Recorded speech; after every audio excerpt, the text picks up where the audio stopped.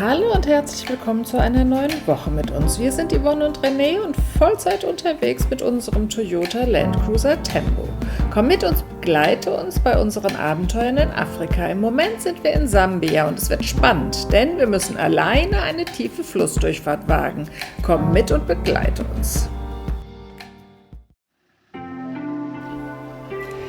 Es ist September, mitten in der Trockenzeit und bullenheiß. Das Thermometer zeigt meistens 44, 45 Grad. Wir befinden uns in Höhe des Nationalparks Southern Luangwa, nur eben außerhalb, und suchen uns eine Piste entlang des Flusses, der dem Tal seinen Namen gab.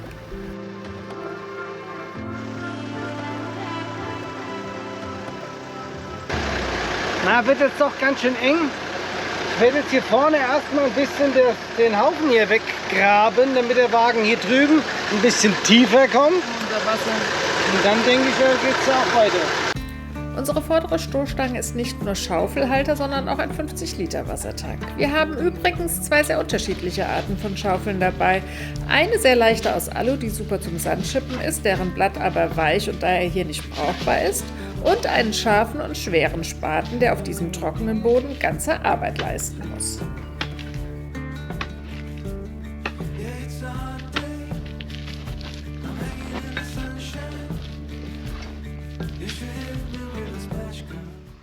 So, jetzt gucken wir mal, ob ich genug geschaufelt habe. Wahrscheinlich nicht, aber ich probiere es erstmal, weil ich ein fauler Hund bin. Sagt ausgerechnet der immer was schafft und arbeitet sich zentimeterweise voran. Wir wollen ja keine fahrlässigen Beschädigungen an unserer Kabine riskieren.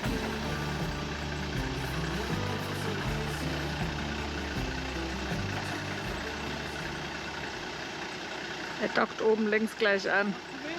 Scheinbar sind wir nicht das erste Auto, was da irgendwie versucht hat durchzukommen.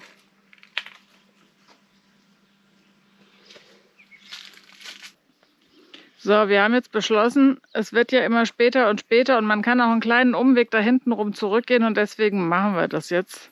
Da drüben kruspeln auch schon wieder die Elefanten, die kommen jetzt hier nah und ich müsste diesen ganzen Hügel hier abtragen und es muss nicht sein, wir finden auch einen anderen Weg, deswegen brechen wir das jetzt hier gerade ab und nehmen den Umweg.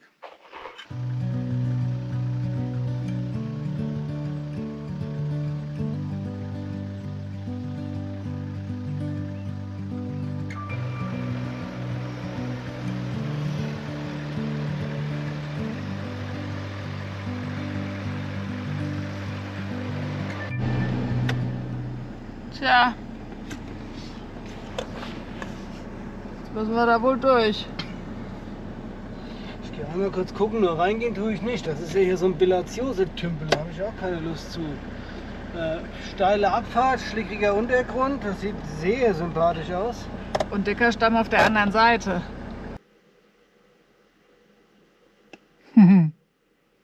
Da wird's tief.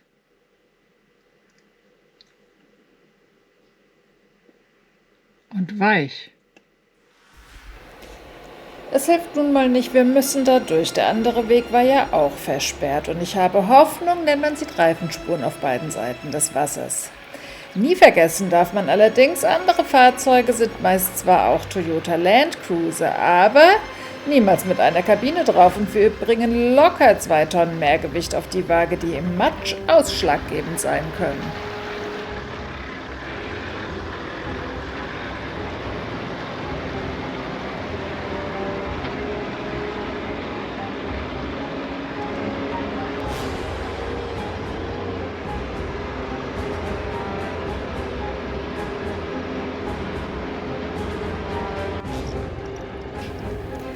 Ein langer und heißer Fahrtag neigt sich dem Ende zu und kurz vor knapp finden wir noch einen traumhaften Übernachtungsplatz abseits der Hauptpiste direkt am Luangwa River gelegen.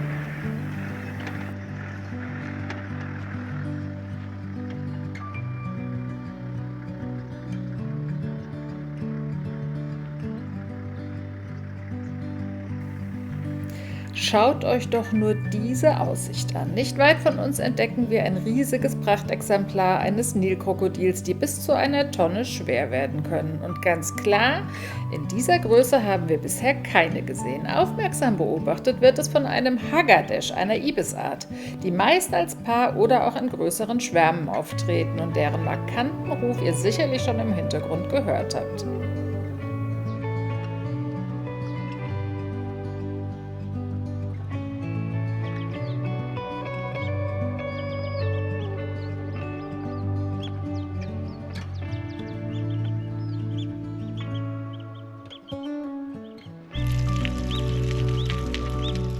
Duschen am Luanga bei Sonnenuntergang mit Hippos im Hintergrund. Geht's geiler? Das ist mit keinem Geld der Welt zu bezahlen. Da hinten kommt eine Gruppe Elefanten jetzt zu uns. Das wird ein schöner Abend.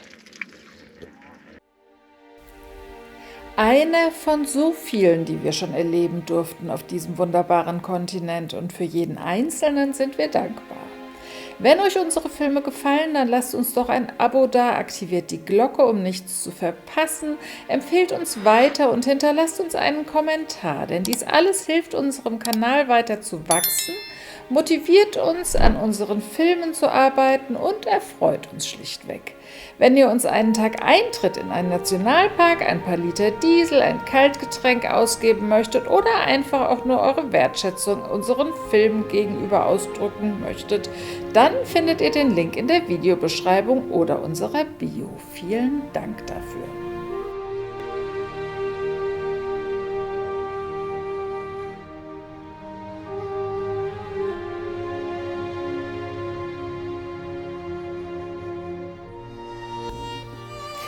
Auch Monate später stellt sich dieser Platz als einer unserer Top-10 Schlafplätze der ganzen bisherigen Reise heraus. Nachts werden wir Ohrenzeugen, wie vermutlich ein Rudel Löwen einen Büffel reißt.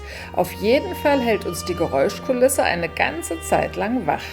Dazu immer wieder zu bemerken, es leben unzählige Menschen in ihren Dörfern hier. Das nennt man Koexistenz zwischen Mensch und Tier.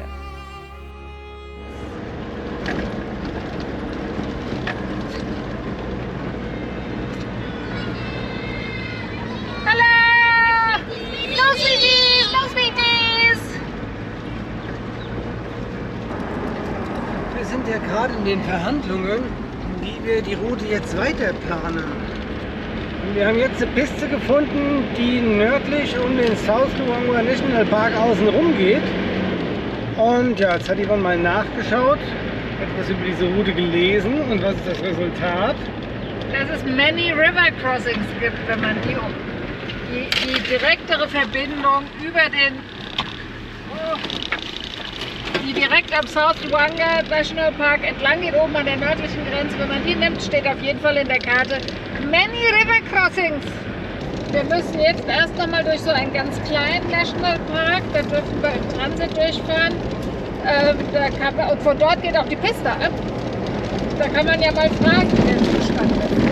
Hier ist so laut durch das Feld. Hier ist wieder mal ein Gate, Chacolva Wildlife Camp, aber hier gibt es keinen Nationalpark dahinter. Dann muss ich wieder in eine große Liste eintragen. Und dann geht es auch hoffentlich weiter. Vielleicht fragt er ja auch, wie der Verlauf der Piste ist, den wir gegebenenfalls über den Southern Luangwa Park entlangfahren wollen. Wir haben uns jetzt entschieden, dass wir die Passage zwischen dem North und dem South Luangwa hoch nach Norden ausprobieren und sind jetzt gerade nur auf der Suche nach dem Weg zum Luangwa selber. Wir müssen jetzt als allererstes mal den Luangwa queren, wo es ja angeblich die Fähre geben soll. Da bin ich mal sehr gespannt, habe mir nämlich schon überlegt, es ist ja kaum Wasser da, wie soll da eigentlich eine Fähre fahren?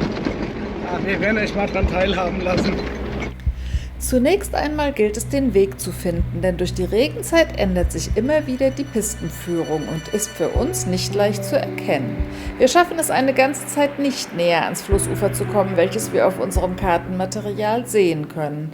Eine überraschende Begegnung haben wir an einem ausgetrockneten Wasserloch. Wir sehen eine kleine Gruppe von Elefanten und als wir stehen bleiben, um sie zu beobachten, werden wir von einem bestialischen Geruch heimgesucht. Quasi direkt neben uns liegt ein toter Elefant. Als ich aussteige, um zu fotografieren, erschrecke ich mich zu Tode. Scheinbar habe ich eine Hyäne bei ihrem Mahl gestört, die aufgeschreckt durch mich flüchtet. Nach wilder Irrfahrt haben wir jetzt wieder den Luangwa getroffen und ich glaube, ich habe auch tatsächlich das River Crossing gefunden. Aber eine Autospur. Also hier geht es auf jeden Fall runter, da drüben ist der River. Jetzt müssen wir überlegen. Ja, muss ich nicht. Da drüben ist noch eine. Jetzt müssen wir gucken. Schön wäre natürlich, wenn man Spuren sieht, dass schon mal einer durchgefahren ist. Ja. Die Frage ist ja immer, ich meine, einer muss der Erste sein, aber Nein, müssen immer wir wir das nicht. sein. Das sagt die Frau jetzt noch, aber es war Das ja sage ich ganz sicher jetzt. der Plan. Ich gebe zu, ich bin dann auch da ein bisschen ängstlich, weil ich habe kein Seil, was so lang ist, dass es bis zum nächsten Baum reicht. Das ist so ein bisschen blöde Ausgangssituation. Deswegen gucken wir uns jetzt mal die nächste an, ob da eine Spur ist. Ah, siehst du? Da haben wir es doch. So, Der steckt schön fest. da haben wir einen LKW, der schon mal unterwegs ist. Oder auch nicht, also er steht. Das ist jetzt fraglich, wie das weitergeht. Siehst du, nach welchem Auto? Also sitzen nach welchem Auto, das heißt, wir werden jetzt erstmal die Situation beobachten. Es werden hier Gespräche aufgenommen, weil René steigt aus und da steigt einer aus. Hi guys. Aber wir können ja hier nicht irgendwie so einen 10 oder 11 Tonner abschleppen. Jetzt kommt ja für mich ein bisschen Hoffnung auf, weil jetzt kommt ein Toyota. Und wenn die durchfahren, dann fahre ich da vielleicht auch durch. Mit meinem Mann. Okay, mein Mann möchte es tatsächlich versuchen. Der liebe Mann an der Seite hat gesagt, no problem. He told us no problem. Hopefully there will be no problem. So I'm a bit scared. Die lachen über mich. Aber ich glaube, ich habe zu Recht Angst. Wir fahren da jetzt durch einen Fluss, der voller Krokodile ist und Nilpferde. Okay. Wish us good luck. Jo, bye bye. Ich lache zwar, mache mir aber echt in die Hosen. Es sind ungefähr 200 Meter bis zum anderen Ufer. Die Holzstecken sollen die Furt markieren. Ich habe jetzt die Kraft nur für die GoPro, für nichts anderes.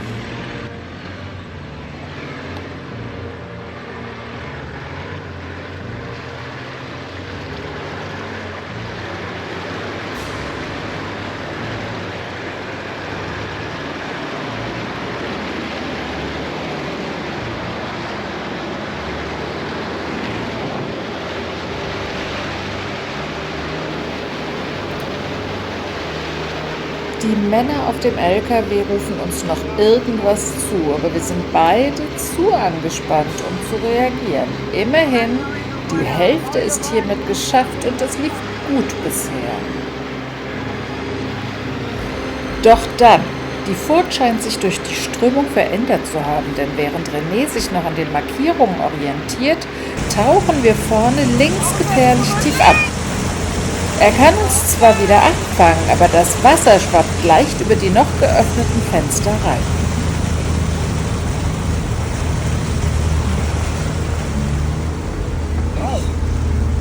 Ich hab keine Angst, nein.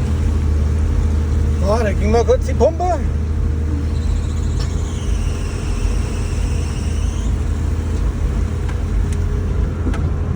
So, Rock'n'Roll. Also, ich gilt bei mir 0. Ich mache mir bald in die Hose. First Deep River Crossing. Das war ganz gut. Aber ja, mir geht natürlich auch ein bisschen der Zapfen. Also Pumpe läuft. Er hat schon ganz schön getaucht. Aber er kann es. Jetzt halten wir gleich erstmal da oben an, machen wir einen kleinen Check, ob noch da vorne alles Taco ist, so wie es gehört. Weil er wollte es ja checken. Vor dem ersten River Crossing. Was? Ob unser Schläuchel auch dicht ist. Ach so, ja. Aber jetzt können wir einmal in den Luftfilter reingucken.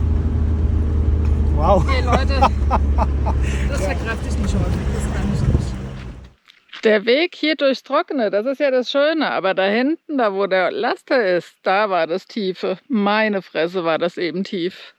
Hab ich Pipi in der Hose. Der Luftfilter hat extra hier unten einen Auffangbehälter für Wasser, was eintritt, was dann unten wieder rausfließen kann. Was eben wohl passiert ist. Jetzt wollen wir noch mal gucken, wie viel Wasser da eingetreten ist, weil Wasser im Motor ist ja allgemein bekannt sehr schlecht. Irgendwas surrt hier jetzt.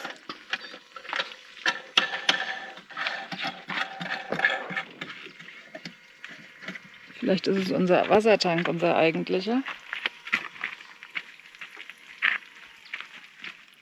Ja. Ja. Überdruck, der zieht hier oben aus den Nähten da raus. Vielleicht muss ich auch mal die Lüftung anmachen. Okay, aber das sieht alles gut aus. Der Mann ist zufrieden. Ich muss ja auch mal wieder sagen, Stress überwunden und mein Mann fängt an zu lachen. Das sind ja so. Das ist mir das Verlegenheitslachen danach. Da kann ich nicht mit umgehen. Einen ereignislosen Tag. Einfach nur mal so einen ganz langweiligen Tag. Ich würde den auch echt nehmen. Vorhin hat sie noch gesagt, Ja, mir ist wenn zu sie langweilig. zu Hause mal gefragt wird, ob es noch langweilige Momente gab. Ja, heute Oder hatte ich bisher einen langweiligen Tag. Aber Nee, nicht bisher. Du hattest vorhin ungefähr eine Dreiviertelstunde, würde ich sagen, langweilige Fahrt. Ja. Und jetzt gab es wieder ein bisschen Abenteuer für dich, damit die Frau auch glücklich und zufrieden ist. Wir sind nicht stecken geblieben, sind einfach nur durchgefahren. Das will ich ja auch mal sagen. Stecken bleiben wäre nochmal die andere Hürde dann. Dann wäre, glaube ich, der Abfuck und Ärger ein bisschen größer. ich glaube, dann würde ich nach Hause fahren. Tja, Heldenmut tut selten gut. Jetzt habe ich mich so gefreut, alles gut gegangen, aber der Lüfter stand im Wasser und lief noch zu stark mit. Normalerweise dreht der Visco-Lüfter runter, der war wahrscheinlich dann doch noch zu warm und jetzt ist mir hier ein Stück vom Lüfter abgebrochen. Das ist nicht das, was ich gerne habe. Ja, jetzt werden wir irgendwo einen Lüfter besorgen müssen. Sollte hier in Afrika nicht das größte Problem sein, aber wir brauchen erstmal eine richtige Stadt, die das hat. Problem ist natürlich, der läuft jetzt unrund, was nicht optimal ist. Aber ich sage mal, bis zur nächsten Stadt muss er halt durchhalten, dass wir da können, ohne dass das Lager Schaden nimmt. Aber ärgerlich. Ich hätte den Motor noch stärker abkühlen lassen müssen oder aber man hätte hier vorne eine Plane drüber ziehen müssen, aber ich bin nicht davon ausgegangen, dass wir so tief eintauchen. Das ist ein bisschen doof und ärgerlich. Wir fahren jetzt mitten durch das Dorf hindurch. Hallo! Ob das so der richtige Track ist so ein bisschen zu hinterfragen. Mushinga. Hello, how are you? Wir wollen nach Mushinga haben wir gesagt. Mushinga. Und jetzt übernachten wir. Hallo! Jetzt übernachten wir hier gleich mitten im Dorf.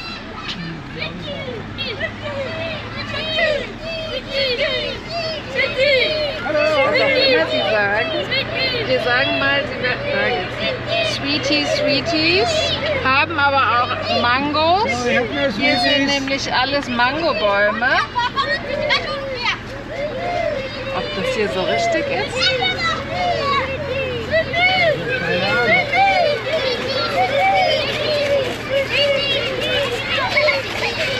Das ist sehr interessant.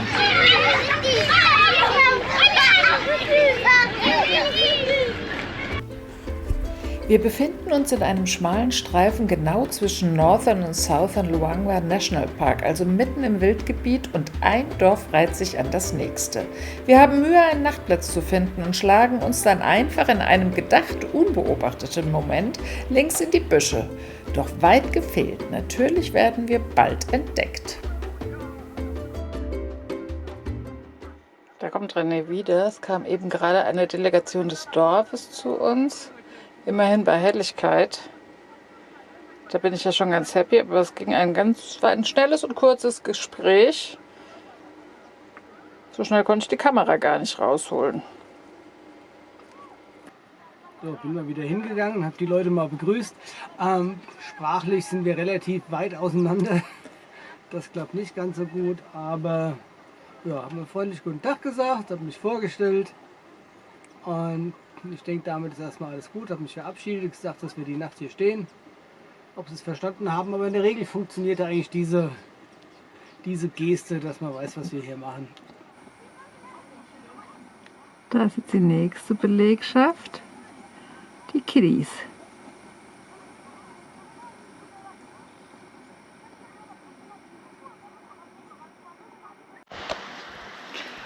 Das passiert halt eben auch. Romantisches Abendessen im Auto, während das Dorf um das Auto herum steht. Sie sind ganz still und neugierig, was ja total zu verstehen ist, aber wir möchten einfach nicht vor deren Augen da essen. Das finden wir absolut unpassend. Da das Essen jetzt einfach fertig war, haben wir uns nach drinnen verzogen. Ja, man muss auch mal irgendwie signalisieren, dass quasi die Show vorbei ist. Die sind ja alle einfach neugierig, finden es ja total spannend, was hier los ist. Und dementsprechend stehen die da alle rum, gickeln und lachen und gucken. Und ich gehe immer schon hin und rede kurz mit denen, also soweit ich mit denen kommunizieren kann, babbel ich ein bisschen und danach verabschiede ich mich auch immer und ich sage auf Wiedersehen. Bitte, wie geht's Fenster zu und erschreckt mich. Ich auch. Nein, wir sind keine Angsthasen, wir sind knallharte Typen. Meine Nerven liegen noch immer blank von der Flussdurchquerung heute. Ja, er hat noch einen sehr spannenden Tag, muss man sagen. Das ist auch die ganze Zeit die Flussdurchfahrt und danach noch die ganze Zeit durch diese kleinen afrikanischen Dörfer hier. Das ist wirklich total ab vom Schuss. Und das ist, ja, ich sag mal, tief beeindruckend, aber auch nicht so einfach, das alles irgendwie immer so zu verdauen. Das ist schon noch anspruchsvoll. Deswegen verdauen wir jetzt lieber gleich mal unser Essen. Guten Appetit! Es ist gerade wieder so, dass eine Delegation, eine weitere, aus dem Dorf gekommen ist, jemanden mit dem Telefon dabei hat und am Telefon ist jemand, der Englisch spricht, weil von dem Dorf spricht niemand Englisch.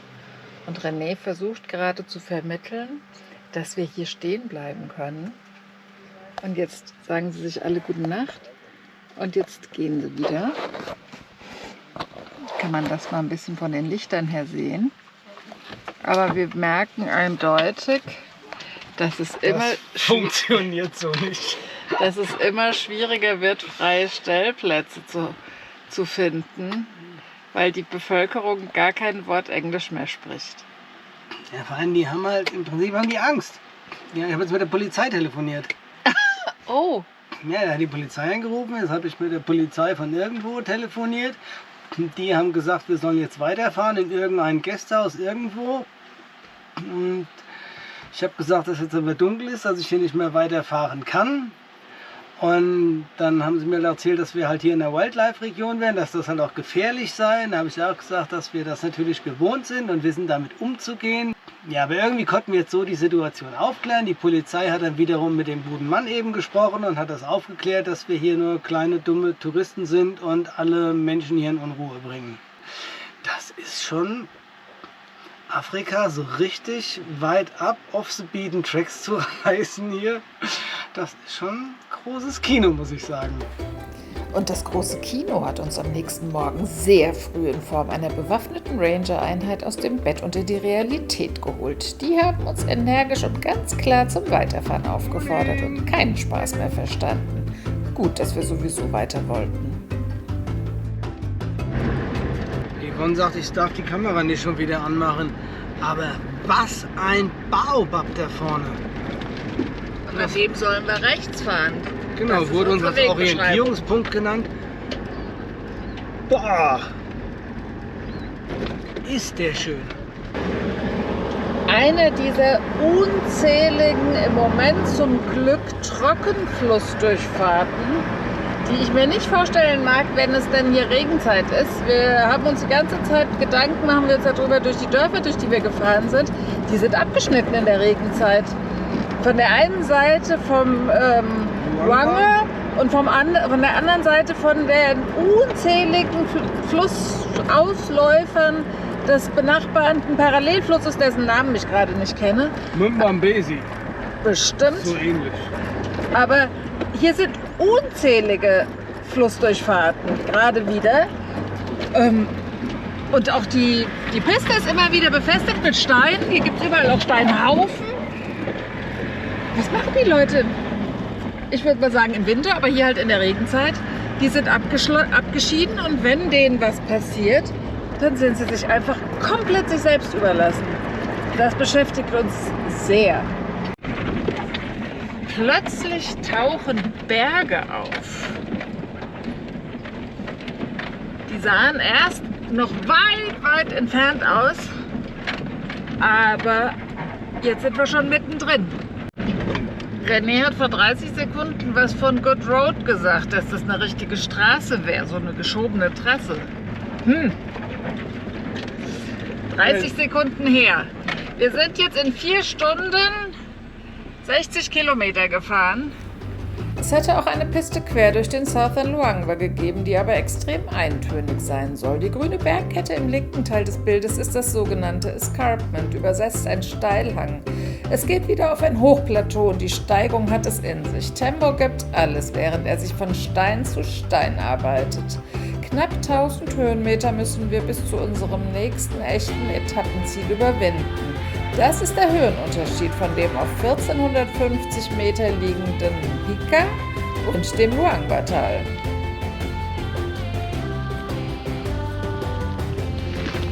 Bei sengender Hitze, es ist über 40 Grad, klimmen wir uns jetzt hier irgendwie die Berge hoch oder den Berg hoch.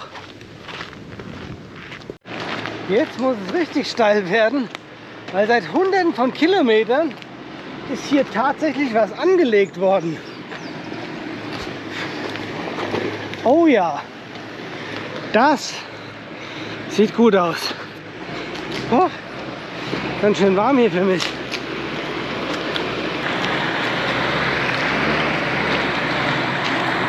So, Asphaltstraße wieder vorbei. Oh, ihr hört mich hier ganz schön pfeifen. Bergauf, Flitzerei. Bei den Temperaturen, damit für euch hier Aufnahmen entstehen. Sackzement.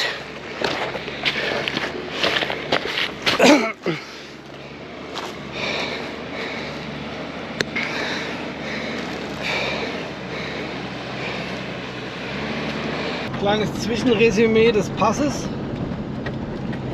Absolut gut befahrbar, halt anstrengend, weil huckelig, erster Gang eine Setzung. Das Witzigste war eigentlich eben, dass wir an einer engen Stelle kam uns ein Pickup eben entgegen. Da drin ein Weißer, 2 Schwarze und der Weiße uns gleich auf Deutsch angesprochen. Ich habe euch schon gesehen, ihr kommt aus Groß-Gerau, Achtung, die Hesse komme. Und auch in hessischem Dialekt und dann war er schon wieder vorbei. Das fand ich, also da amüsiere ich mich seit 5 Minuten drüber. Zur Orientierung für euch, wir haben ja jetzt eine Querverbindung genommen, die zwischen dem North Luangwa und dem South Luangwa Park hindurch geht. Und zwar kommen vom Luemba National Park, das ist so ein ganz kleiner, geht eine Piste Nordwest ab und führt Richtung Mapika. Über eine Woche im Off. Und was haben wir erreicht? Endlich die Asphaltstraße. Halleluja, kann ich ja nur wieder dazu sagen. Mir tut der Hintern ganz schön weh, es war jetzt relativ anstrengend, aber auch sehr aufregend und ereignisreich. Aber nach einer Woche ist es immer wieder schön, nochmal Asphalt zu erreichen und auch mal wieder ein bisschen Netz zu haben. Wir können gleich wieder mal ein bisschen mit unseren Familien kommunizieren. René muss jetzt noch die Luft ein bisschen aufblasen, die wir ja immer mehr ablassen, damit das etwas komfortabler ist für uns und das Auto. Und dann schauen wir mal, wie weit wir jetzt heute noch auf Asphalt fahren. Jetzt hier vorne rechts, da wo der LKW herkommt, geht es in Richtung Pika. Da wollen wir mal hin. Denn es gilt, einen neuen Lüfter für den Motor zu besorgen, bevor es in Richtung Tansania weitergeht. Frei dem Motto This is Africa geht es natürlich nicht so schnell und so beziehen wir Quartier bei Andreas, einem Deutschen, der vor über 40 Jahren hier in Pika hängen geblieben ist und ein Gasthaus mit Campground betreibt, und lernen den zweiten Deutschen im Ort kennen, Vater Thomas aus Mainz, unserer Begegnung von unterwegs. Wenn ihr uns wieder begegnen möchtet, dann schaltet doch nächste Woche wieder rein, denn wir nehmen euch jeden Sonntag mit auf unsere Reise und zeigen euch diesen wunderbaren Kontinent auf unsere Weise. Wir danken euch für euer Interesse und denkt dran, empfehlt uns gerne weiter, damit dieser Kanal weiter wachsen kann. Wir sehen uns hoffentlich bald wieder und bis dahin sagen wir Tschüss, Bye Bye und Kwaheri aus Sambia. Lake Tanganyika, jetzt trinke ich erstmal ein schönes kaltes Bier auf dich.